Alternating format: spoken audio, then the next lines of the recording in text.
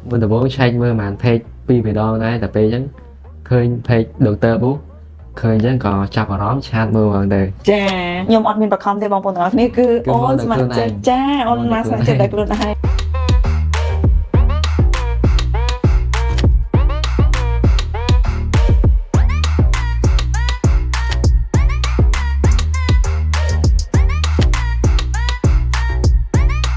បងប្អូនទាំងអស់គ្នាអូនដំបូងឡើយគាត់មករកតែលុបស្នាមសាក់ទេ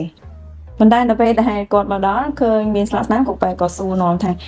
ស្នាមហ្នឹងកើតអីដោយសារតែគ្រោះថ្នាក់ចៃដន្យដួលម៉ូតូចាហើយបានរយៈពេល1ខែអូនណា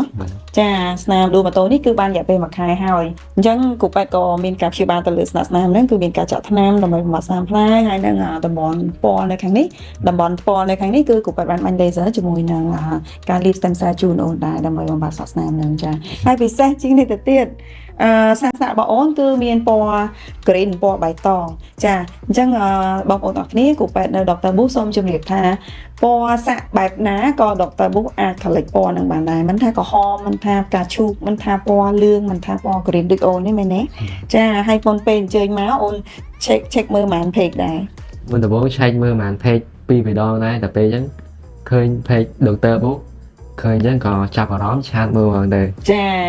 មកទៅទំនង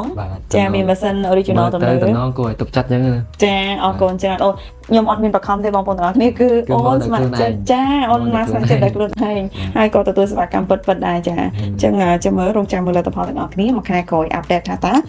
មកស្នាមបងអូនក៏ដូចជា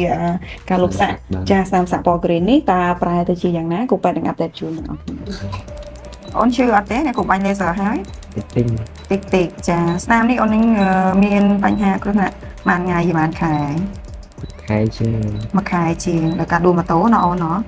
ចាហើយតម្រុំតស្បែកជាសះស្បើយឥឡូវនេះយើងមកធ្វើការបំបត្តិស្លាកស្នាមការគ្រោះថ្នាក់ចៃដន្យគ្មានណាចង់កើតទេប៉ុន្តែធ្វើម៉េចបើវាកើតមកទៅហើយតែយើងក៏ត្រូវរកអ្វីដែលមកកែខៃដើម្បីបំបត្តិស្នាមណោះចា